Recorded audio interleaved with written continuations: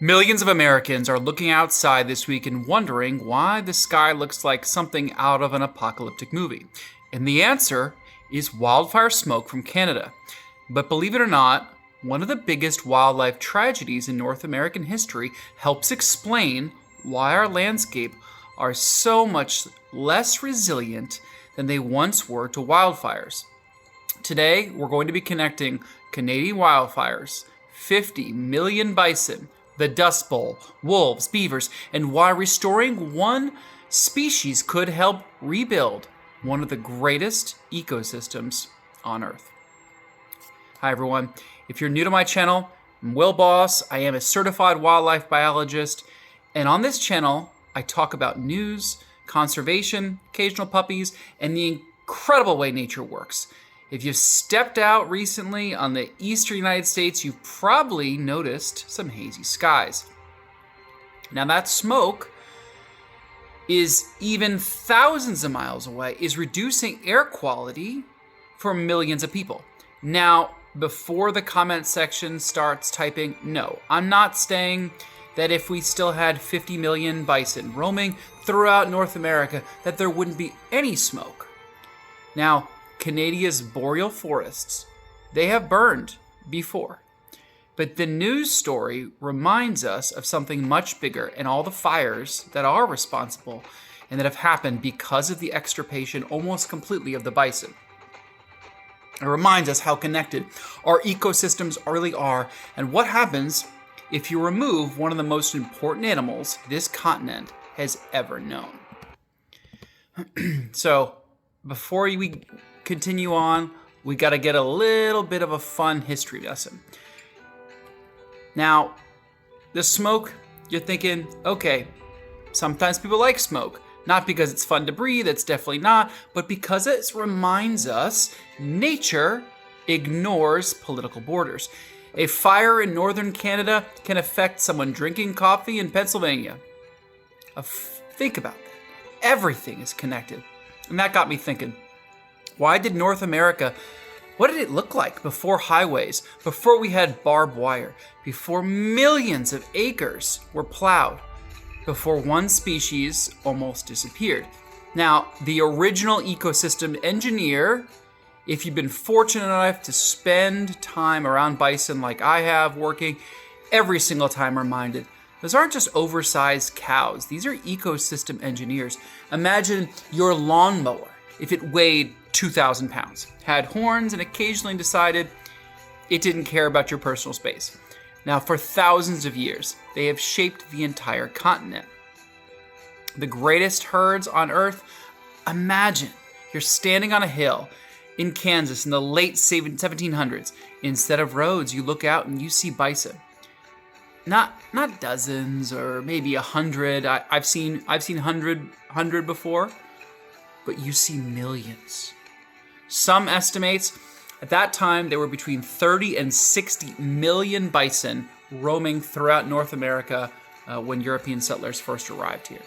The herds were described as stretching beyond the horizon.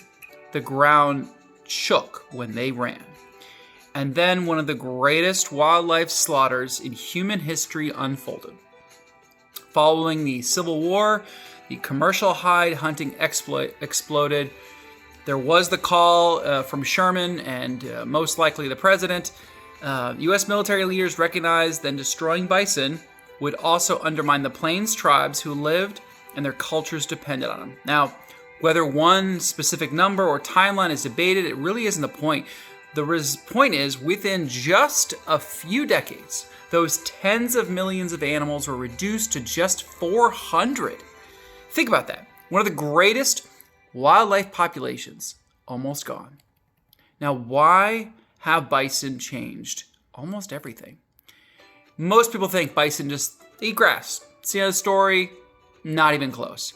Every single day, they were redesigning the prairie, and they grazed some places heavily, others they ignored. They created patches of short grass, tall grass, bare soil, wallows that filled with rainwater. And what did they drop all along as they went? Fertilizers. The habitat creates for insects, amphibians, birds, mammals, reptiles, thousands of species. Their manure fed insects. Those insects fed birds. Their hooves mixed seeds into the soil. Their fur then carries native plants across the prairie. They weren't just living in the ecosystem, they built it. One example, it's one of my easy favorites for work, is the street-horned lark. Now this little bird, it depends on short vegetation. Guess who created short areas of grass? Where do you naturally find those? You're not going to naturally find those in nature unless you have something that's chewing them down, a little lawnmower. Bison, not by trying, just by being bison. And that's what a keystone species does.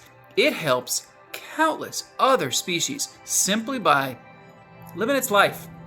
So when we remove a keystone species, when bison pretty much disappeared, the prairie didn't just disappear overnight, it changed. Without millions of large grazers, without frequent natural disturbances, and alongside widespread fire suppression, trees and shrubs spread into places where vast open grasslands once dominated. Species that depend on forests expanded westward. For example, barred owls have expanded to areas historically occupied much less frequently as wooded habitat. So that was 2 years ago, there was a call to kill over 500,000 barred owls out in west to protect native owls out there, because barred owls are only native to the east. Ecology is pulling threads. Think of it like from a giant sweater. You tug on one and eventually the whole thing, it just starts changing. Then came the Dust Bowl. Millions of acres of prairie had been plowed. When drought hit, the soil literally blew it away. It didn't have that good natural fertilizer being added on there by the bison. To stop that from happening again, shelter belts were planted along the Great Plains. Many trees beneficial, but many of them, including the Siberian elm, Russian olive, black mulberry, became invasive because it was recommended, hey, we have these species that are native to places like Syria that we can put there here. They'll survive in very low water and they'll hold the soil. One of history's greatest ecological ironies. We spent centuries replacing one of the world's greatest grasslands with trees, some of which didn't belong there. So what does that have to do with today's smoke? Here's the connection. Today's smoke is coming from Canadian wildfires. Now, North American, there was a woodland species of bison. Unfortunately, it lived on the East Coast. It was extirpated. It is completely extinct. It does not exist anymore. The bison that do exist, the plains bison, however, they more exist in plains, wouldn't have had as much of an impact, but that's not how ecology works. Healthy ecosystems are generally more resilient. Grasslands maintained by large grazers accumulate fuel differently than dense wooded vegetation. So if you still had, say, the woodland bison that could go through woodlands, it would eat some of that brush that's out there. Native prairies evolve with grazing, fire, drought, and recovery. When you remove one of those natural processes, the entire systems change. Nature works best when all the players are still on the field. Think of it. Here's the good news. My favorite part, nature is incredibly forgiving. When we give it the opportunity, look at Yellowstone. Wolves, when they were reintroduced in 1995, elk behavior changed. Willows and aspens recovered in many areas. Beavers returned, and those beaver ponds slowed water, created wetlands, and provided cooler, more complex habitat for fish. That's right. You get wolves, you get better habitat for fish, and that heavy erosion stopped in those areas. One species helping to restore an entire ecosystem. Sound familiar? It's a different way of thinking. There's another lesson here that I think wildlife biology is slowly rediscovering. Something that indigenous cultures, they've known for generations. I mean, you think of, there was an Iroquois confederacy, the Haudenosaunee, and they looked at it with like gifts and reciprocity as the foundational worldview. Life is understood as a series of reciprocal gifts between people and the natural world. If we receive something from nature, food, water, clean air, healthy ecosystems, we also have a responsibility to give something through gratitude, stewardship, and care. I love the idea because in many ways, ecology works the same.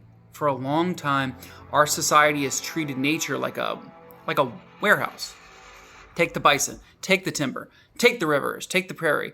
But healthy ecosystems aren't a one-way transaction. They are relationships. Rewilding isn't turning back North America to how it was in the 1500s. It's about restoring some of the relationships,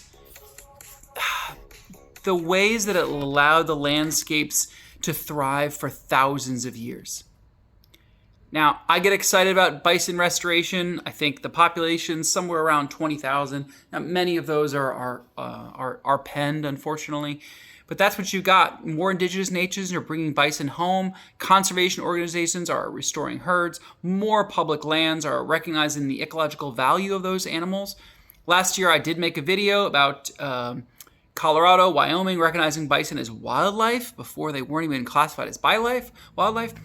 Following advocacy from the Southern Ute tribe and the Ute Mountain Ute tribe. So shout out to them. These are huge conservation victories, not because we're recreating the past, but because we're building a healthier future. So next time you walk outside and you see smoke in the sky, remember, you're seeing more than just the effects of wildlife. You're seeing a reminder that every ecosystem on this continent is connected. We can't stop every fire. We shouldn't. Fire is a natural part of many ecosystems. But we can make our landscape healthier, more resilient, more diverse, and maybe the greatest conservation tool that North America ever had was already here. It had 4 legs, a giant hump, and weighed nearly a ton. And honestly, it was much better landscaper than most of us. If you enjoyed this video, I'd appreciate it if you hit subscribe. We're building a community that loves wildlife, conservation, and telling the stories behind today's headlines. And I'd love to hear your thoughts in the comments. If you could restore one lost ecological process anywhere in the world, what would it be? Thanks for watching. And remember, no species is ever overlooked.